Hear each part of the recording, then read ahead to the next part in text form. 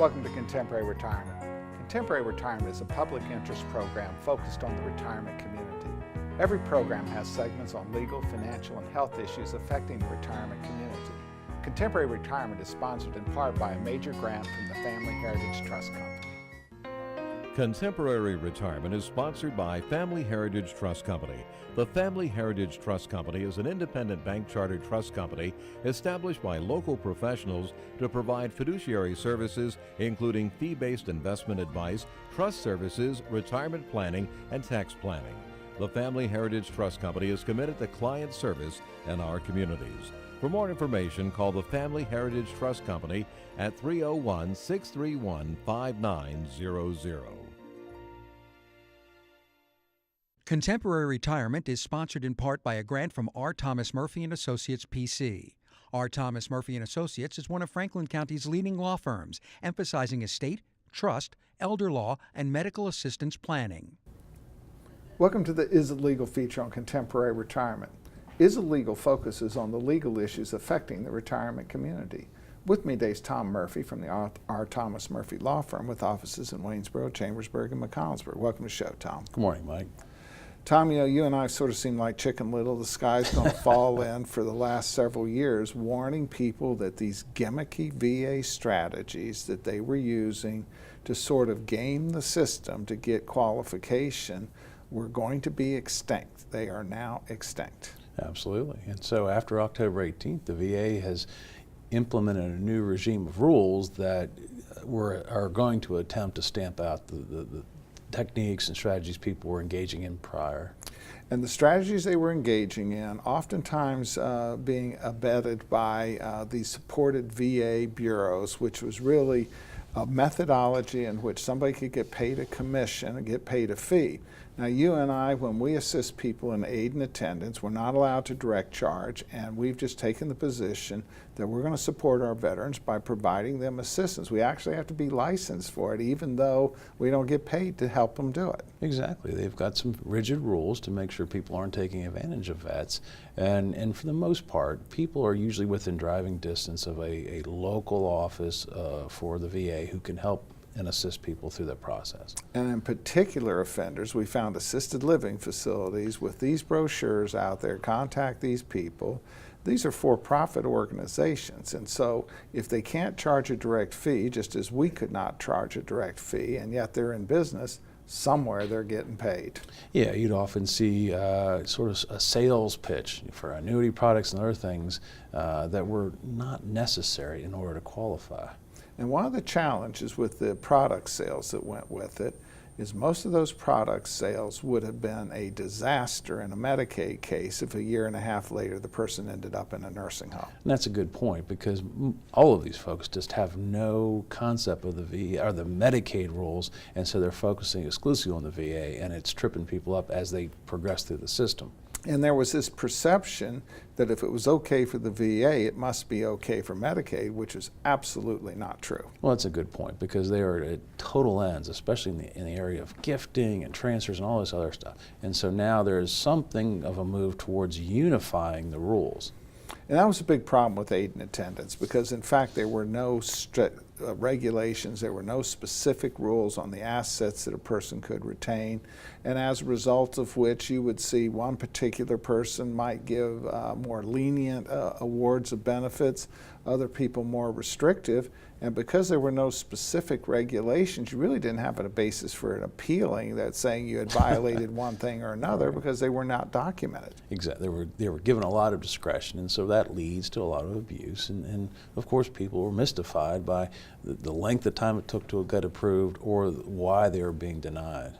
And so what we would oftentimes see is a person might have $200,000 in liquid assets. The house didn't count, cars didn't count, and there was sort of this rule on $80,000, which tended to be fairly consistent, although not in the regulations, that the person would then transfer $120,000 to their kids, make an application for aid and attendance, and they would be allowed that because there was no problem with making gifts to the children. The problem was, the assumption was, is that gift to the children wasn't a problem for VA, therefore it wouldn't be a problem for Medicaid. Well, exactly. And so oftentimes that worked great if the parent or whomever made the gift doesn't then go to a nursing home. But once they did, if the money's been tied up in some way, now there are Medicaid penalties. And the Medicaid penalties were imposed even though it was okay for VA purposes. It was not okay for Medicaid. And that's what really does frustrate families, because they would think it's a simplified set of rules, one rule book, but instead there's many, many rule books. And the problem with the product sale is oftentimes they would take that $120,000 and they would tell them in essence that the product sale was an essential part of the VA. They would sell them that product, large commission having been generated, and in the meantime they couldn't get the money back when they realized they had fouled up the Medicaid case. When you look at assisted living, that bill is half the bill of a nursing home, and so you have totally made a problem for yourself. Well, exactly. And so, you know, normally you would be able to fix some things, cure some things, but if you've given 120, but after penalties and everything, you can only give back 100, now we've got a couple month penalty. And the interesting thing about this is that the VA had proposed rules for some time. We knew these rules changes were coming. We alerted clients that the rules changes were coming, and people almost took the position, well, you're just not aggressive enough. We know that we can do this, and there's going to be a whole truckload of people caught in a trap by having engaged in these strategies when it was obvious the rules change was coming. Right, and so all those applications that are out there pending or will be, are going to get rejected, and then there are going to be penalties going well into the future that we'll have to fix. Tom, as always, thanks for taking time to appear on the show. You're welcome. More from Contemporary Retirement after these messages. Few things in life are as important as family. Leave your insurance worries to us. Write Gardner. Call or visit our website to learn how we can make insurance simple and more affordable. Every life that meets its end leaves a heart for love to mend. Sister, brother, family, friends are left to carry on. When the loss seems more than you can bear, it's nice to know that we'll be there at Douglas A. Fiery Funeral Home. We care.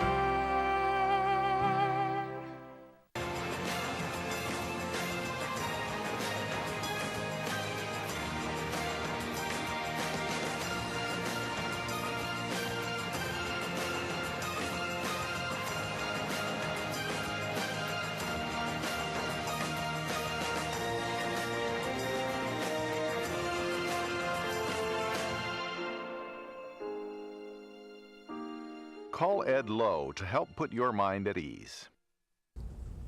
Welcome to a special guest feature on Contemporary Retirement. This segment focuses on various issues which are of importance to the retirement community. My guest today is Bernadette Wagner, who has been on this show in a lot of different capacities, and her most recent one now is Prime Time for Women. Welcome to the show, Bernadette. Thank you so much for having me. I'm excited to be here. So tell me about Prime Time for Women. So Prime Time for Women is a social enterprise that will celebrate, educate, and connect and empower women from diverse backgrounds during the second half of life as they explore new possibilities. So the idea is based on research, actually, that women, not just women, but all people have received incredible health benefits from social interactions, and there's also really some serious risks from social isolation. So folks who are isolated actually have the same risk as folks who smoke 15 cigarettes a day, but those with strong social connections, they have a better immune system, less chances of depression and diabetes. So we're looking to bring women together with some creative programming. You know, and earlier in their lives, many times socialization was forced on them, whether it be Little League or dance class or that sort of thing. But as they become empty nesters, many times they have to start figuring out how they're going to adjust the balance of their lives and really to get engaged. That's true, and I think that from my positions doing outreach for hospice and also with Volunteer Washington County, traveling the county, it became crystal clear to me that women they don't only just need this, they desire it. They're craving that kind of interaction. But how do you go about that, especially if you've lost a spouse or if your children have left the house? But one of the things that we're going to be doing that I'm really excited about is featuring women entrepreneurs. In our country, the average age of women starting business is 40, and so this will be an opportunity for these women to share their business ideas with other women and have the chance to be supported in kind. It's interesting that reciprocity is one of the things that makes for good social, healthy interactions. There's a couple things: participatory, informative, reciprocal, meaning that you're both a confidant and a confessor, and this idea of what social scientists call cohesion, this belief that feeling like you belong to somebody, belong to a group larger than yourself, is one of the things that's most protective for women. And of course, frankly, just being scheduled to get out of the house is going to force you to socially interact. Nothing wrong with that. That's right, that's right. It's a good thing. It's a good thing. And one of the other aspects of this that we're excited about is the TV show that we're going to be hosting in partnership with Antietam Broadband and the Women's Club. Antietam will produce the show at the Women's Club, their beautiful historic building, one Saturday a month. Lots of interesting guest speakers. Women will have an opportunity to interact with each other, question our guest presenters, and also take audience surveys, share their thoughts and stories, give them a chance to have their voice heard. And I think that that's really good for women. They're going to cover an interesting array of topics. And one of the things we're really excited about is this partnership with the downtown business community. We will, with restaurants and businesses that partner with us, we'll give the women at the end of the taping at Saturday morning discount coupons to go enjoy a meal at a restaurant or shop.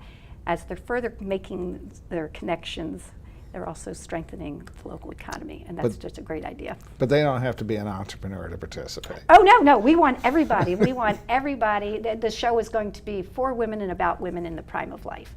And so we just think that's great. We also have partnered with a couple nonprofits. They can sell tickets to the show and recoup 10% of the ticket sales. And at the show, to encourage women to participate in large numbers with groups of women, because that's good for them. Each show, we will say, we'll find out who's representing the largest group. So if you have a group from the Commission on Aging, and there's 50 women from the Commission on Aging, and that's the largest group there, that group of women will get to decide which nonprofit will receive 10% of all ticket sales, so they can direct it to any nonprofit of their choice. All right, so how can a person find out more about it? Well, we're going to be launching a media campaign right now. This is the first time we've gotten to talk about it publicly, so your audience is in the know.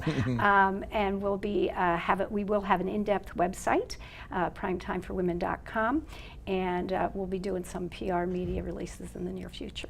And so while this program, your TV program, is going to be on the local cable channel here, Yes. it doesn't cross state lines. It does not keep people from not in that broadcasting area to come to hear you anyway. Well, we hope that they come to the show and participate Right. in the show, Right. but also it will be archived on YouTube. So if folks can't watch the show on the station, and who knows, maybe we'll be here one day too. Bernadette, once again, how can they find out more? So at this point in time, they can contact me at 240-313-5985, and we'll be getting our website up and running in the near future. Sounds like great fun, Bernadette. Yep, I think it will be. Thanks for having me, Mike. Thank you. More from Contemporary Retirement after these messages. Tranquillity at Fredericktown Assisted Living and Memory Care provides a warm, home-like atmosphere that promotes daily life enrichment. At Tranquillity, our medical director is a geriatric physician. Our professionals support and understand the various stages associated with Alzheimer's and dementia. We have on-site physical, occupational, and speech therapists, as well as around-the-clock licensed nurses. For more information, give Tranquillity at Fredericktown a call today, because everyone deserves great care. Let us do the caregiving so you and your loved one can embrace life again.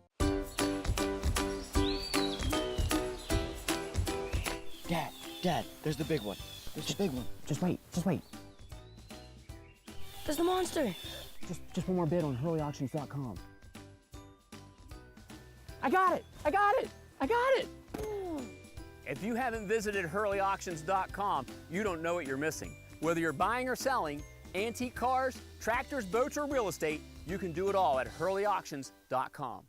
Get to know Dr. Carrie Hesley at Diagnostic Imaging Services. What I find most rewarding is caring for women through our Women's Imaging Center. We have a caring staff that will ease patients through an ultrasound, bone densitometry, breast biopsy, or mammogram. Our health team is sensitive to emotions involved in women's imaging and understands that every woman is at risk for breast cancer. Providing the community with a center that is so dedicated to breast health and the imaging needs of women is something special. DIS Women's Imaging Center, providing women with progressive care. Welcome to Contemporary Health Scene. Contemporary Health Scene focuses on the health issues affecting the retirement community.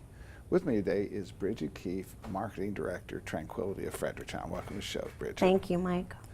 You know, we deal a lot, and you and I do some public presentations, and we talk about the misconceptions involving the levels of care that assisted living can provide. And so one of the things that we've seen is the federal government is trying to get out of the nursing home business.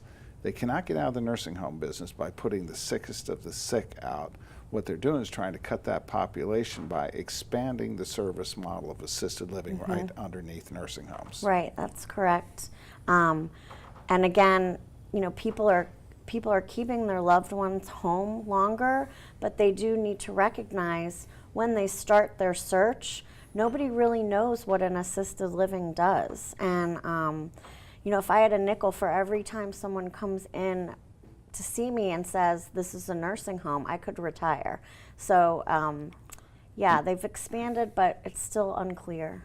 Well, one of the great challenges here is that, you know, people could make statements about assisted living even as recently as 5 years ago that might have been correct then, but they are not correct now. So let's deal with some common misconceptions. One of the problems that we have with the care delivery systems, people are being discharged from hospitals who are very sick, and then they're being discharged from rehab while they're still very sick.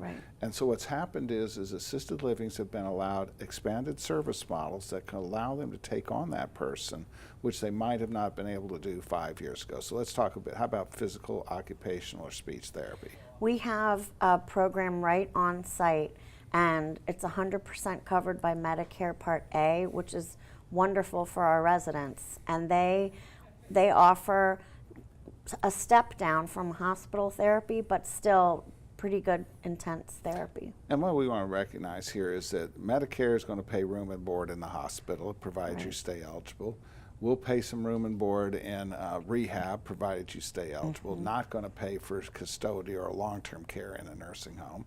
It's not going to pay your room and board bill, but we'll pay all the medical services associated with the person being in your facility. Correct, and we do offer a wide variety. So the podiatrist, our geriatrician therapy, and psychogeriatric services are all covered by Medicare. And so oftentimes we'll see that situation where the person might be discharged from the hospital, they may find themselves in rehab, and then, you know, they're having to go home. They're being discharged out of rehab. They don't have no immediate support in a sense, not to say they don't have family members that don't care about them, but they have jobs and so forth. They're not going to be safe in their own home. And so that person might end up in your facility, continue to receive that rehab for a period of time, and then a decision made where they will end up. Correct, and the great thing is we have 24-hour care, so families can live their lives knowing that their loved ones are being cared for around the clock. And that's one of the great challenges when you're trying to do in-home care. Oftentimes you're trying to do 8 hours a day, but that person's alive 24 hours a day, and the question is which 8 hours do they need support? And oftentimes you see people providing overkill because the person only needs 5 or 6 hours, but you don't know which 5 or 6. Right, and there's a price differential too for overnight care. It's more expensive. So, you have the same caregiver and the same nurse and the same med techs 24/7. Well, there isn't any my car broke down or my kid got sick or anything else as well. And one of the other challenges that we have here is when you start using that level of care in the home, 16 hours, 24 hours, it's significantly more expensive, even if you're using friends, neighbors, and relatives than an assisted living facility would be. Absolutely. That's very true. It's a good point. And plus, you're kind of imprisoned in your house. And oftentimes we find that many of the times the people that are doing caregiving have no specific medical treatment skill set. They are not qualified necessarily to administer medications or assist people in various activities of daily living, and as a result of which the care is not great. That's true, and you hit on a good point. The medication management is a huge part of what we do because, elderly people are on meds and they need their medications administered on time and daily. And if you have a caregiver in your home that's not licensed to do that, kind of what's the point? We also find that they don't appropriately eat or keep themselves hydrated, and that's part of your role, is to make sure they are receiving that, and in fact making sure they're getting their meals and eating them. Absolutely. Everybody goes to the dining room and gets 3 meals a day, well-balanced meals. And they get to pick. They do get to pick, that's right, and sometimes they even go out, so yeah. Well, Bridget, as always, thanks for taking time to appear on the program. Thank you, Mike. More from Contemporary Retirement after these messages. The Community Foundation continues to create great impact in Frederick County, thanks to generous donors. As our community evolves, so do we.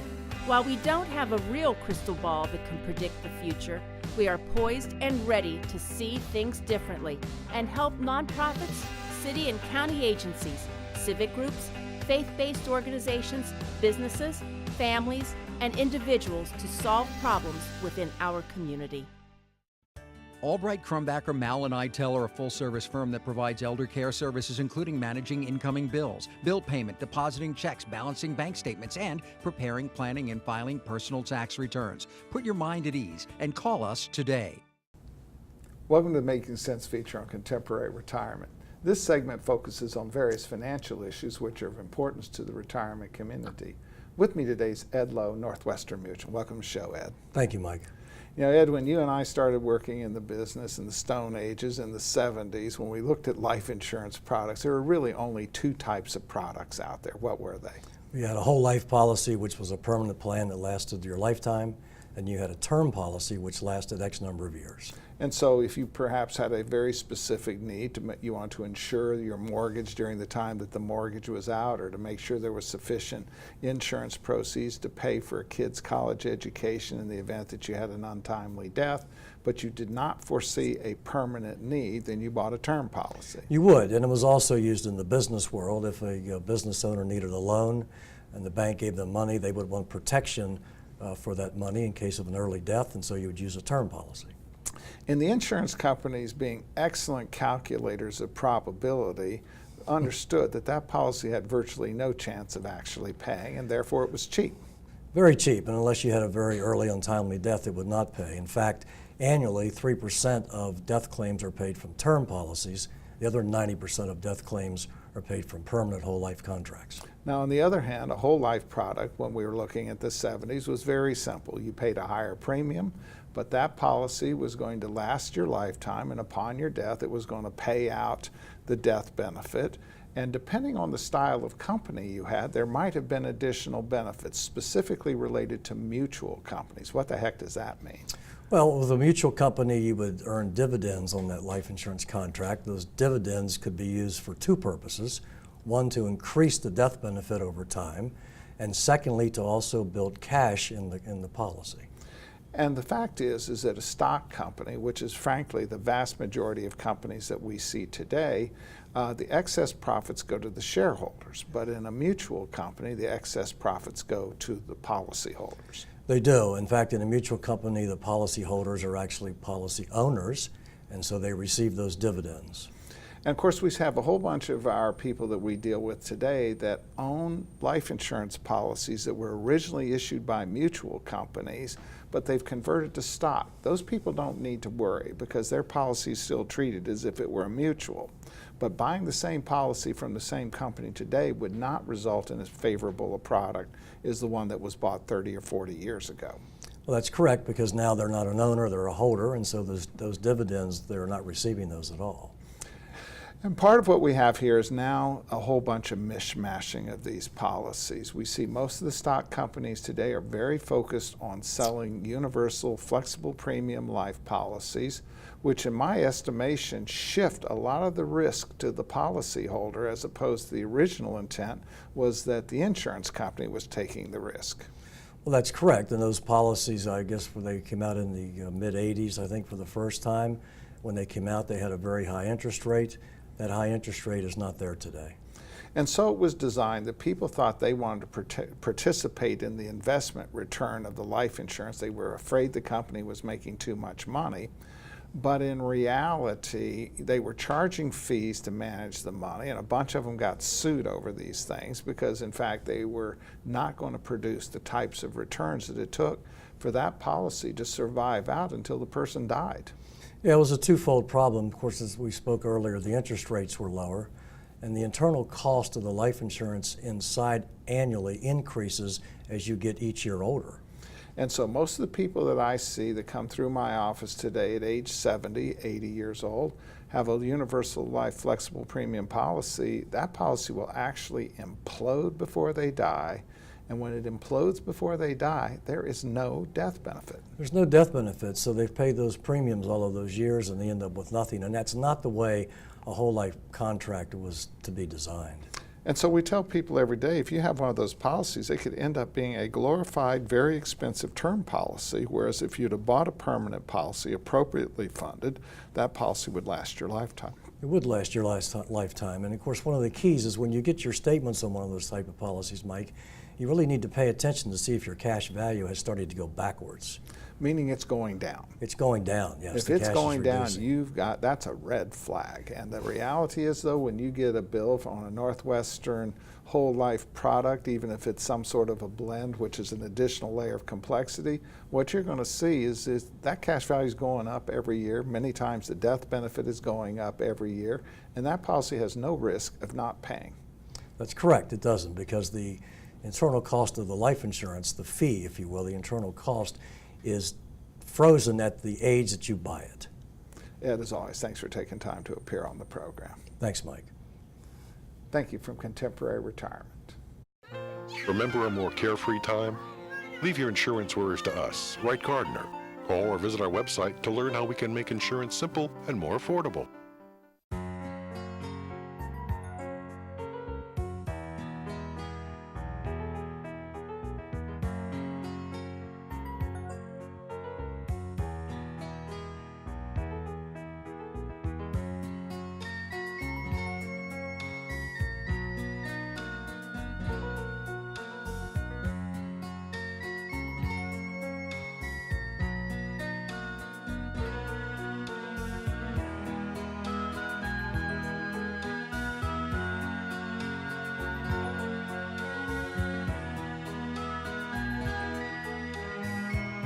These days, it seems like everything's online, and filling out claim forms and receiving and paying bills online isn't always easiest. That's why we at Quality First Insurance encourage you to just give us a call. Let us help.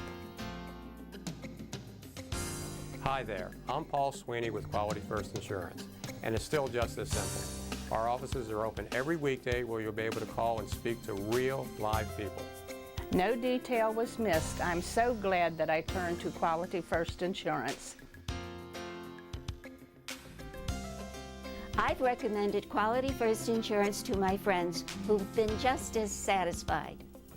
If you're not happy with what you're paying for Medigap, or more importantly, not happy with your service, give us a try. We're locally owned, and we take the time to provide you with the best. We are Quality First Insurance, and our mission is to provide quality products to quality people. Pick up the phone and give us a call today at 800-745-1411.